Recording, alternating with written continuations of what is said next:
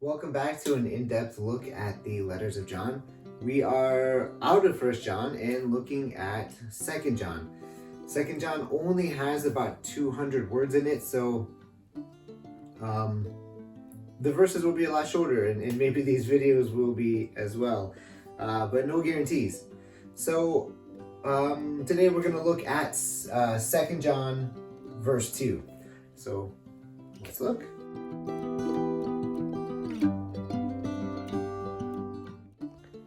All right, 2 John verse 2.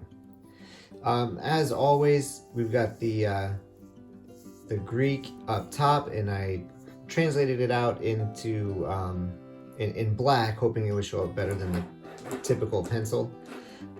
So we've got the Greek verse up top and the English Standard Version down below.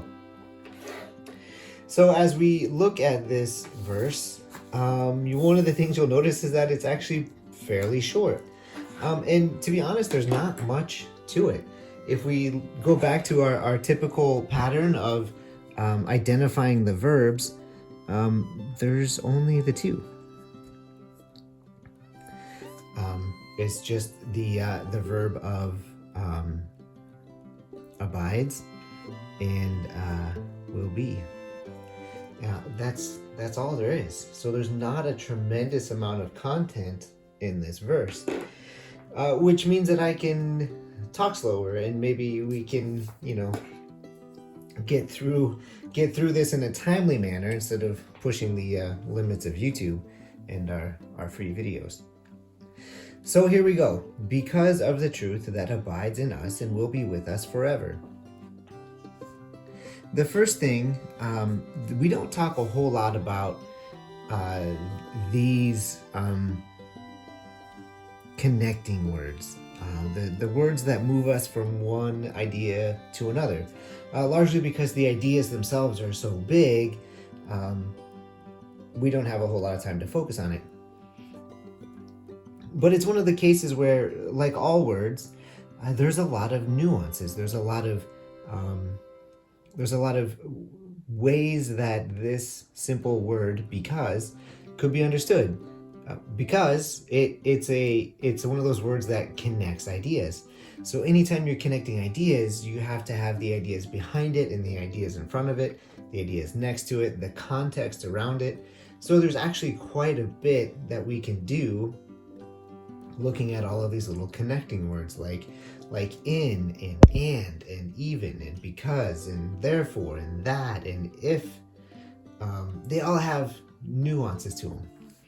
So the nuance we have here is with this word "because" is one that actually looks backwards at what verse 1 established, which is the idea of love.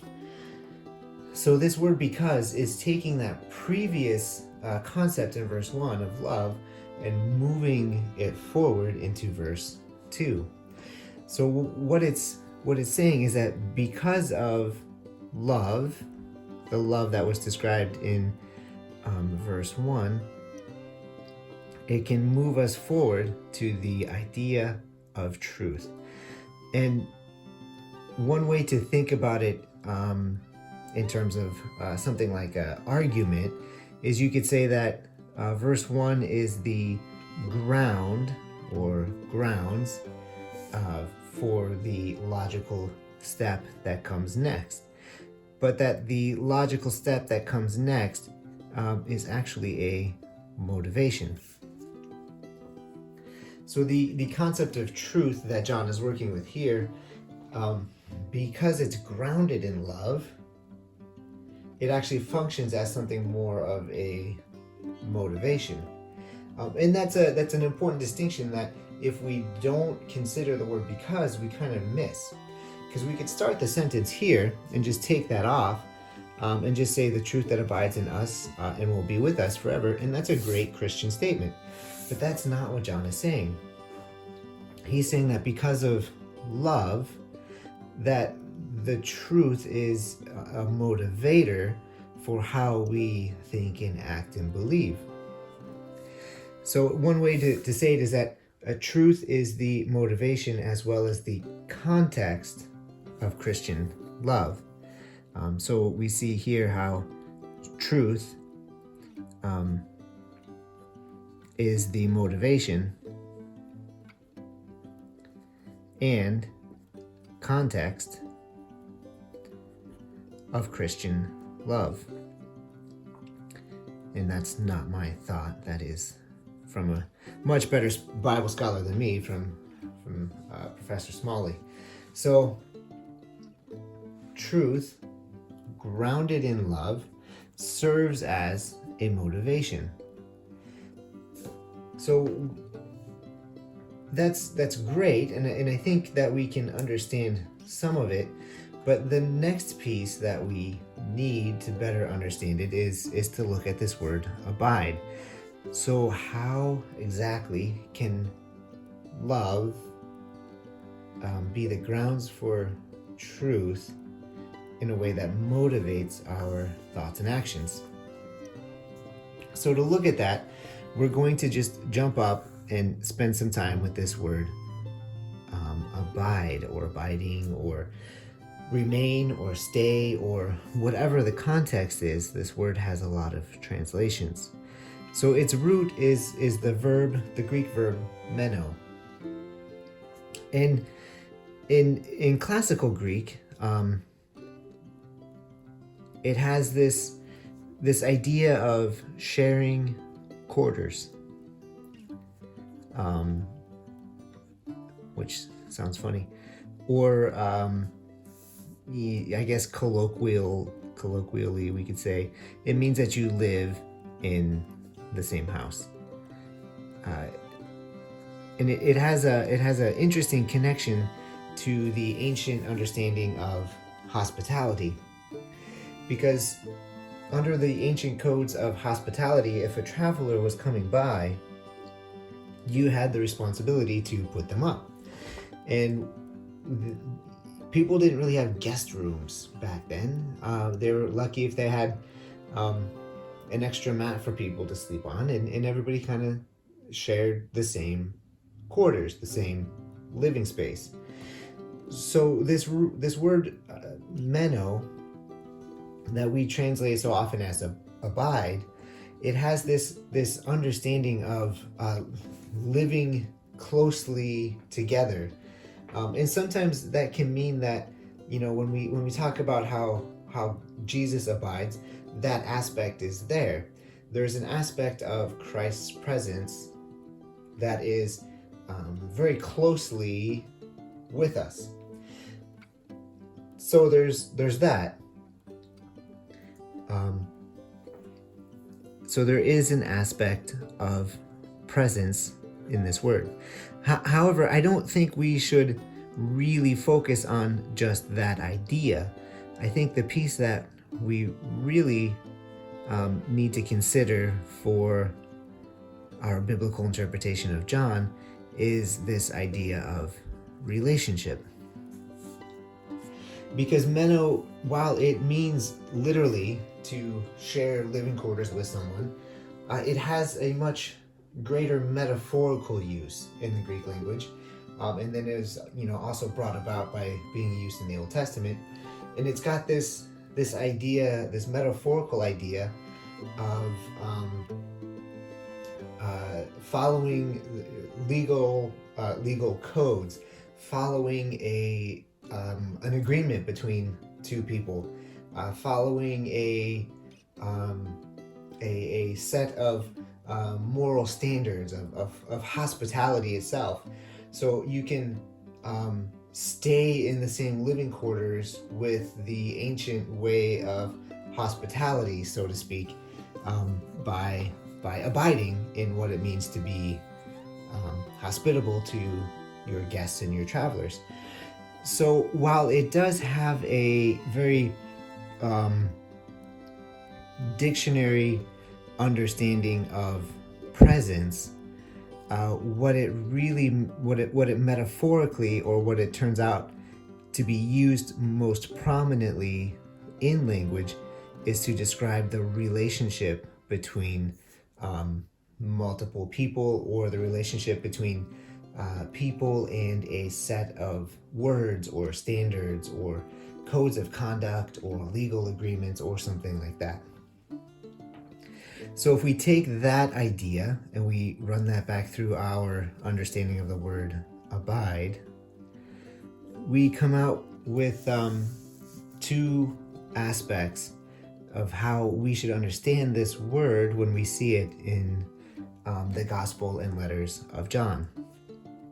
And those two words are impact and influence. Impact, and we'll give it another capital, influence. Because that's what relationships do. Relationships impact and influence us.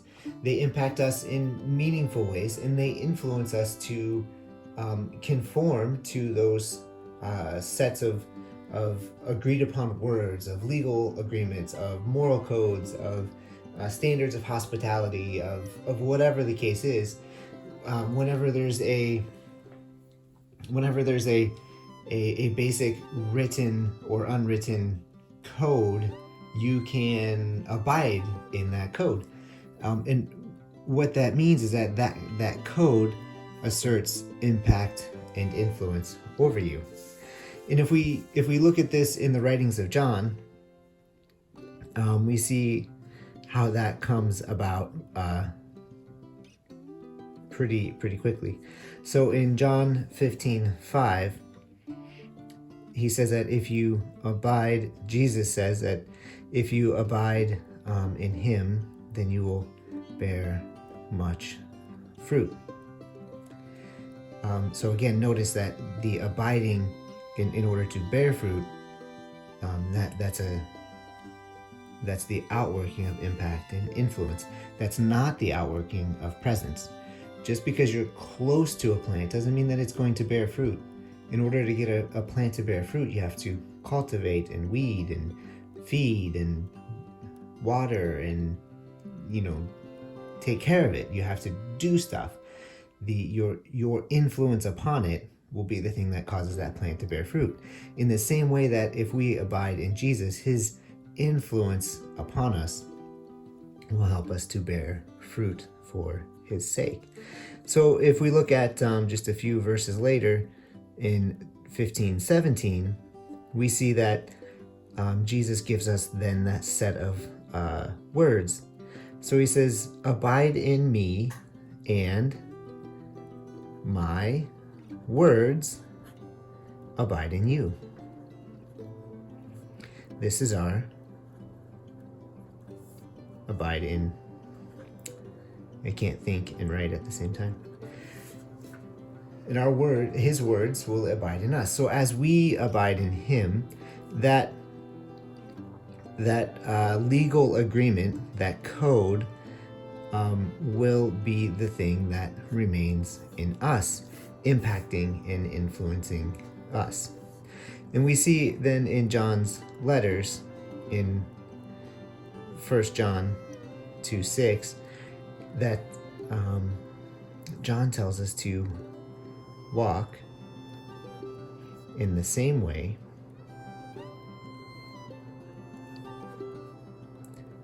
in which he walked.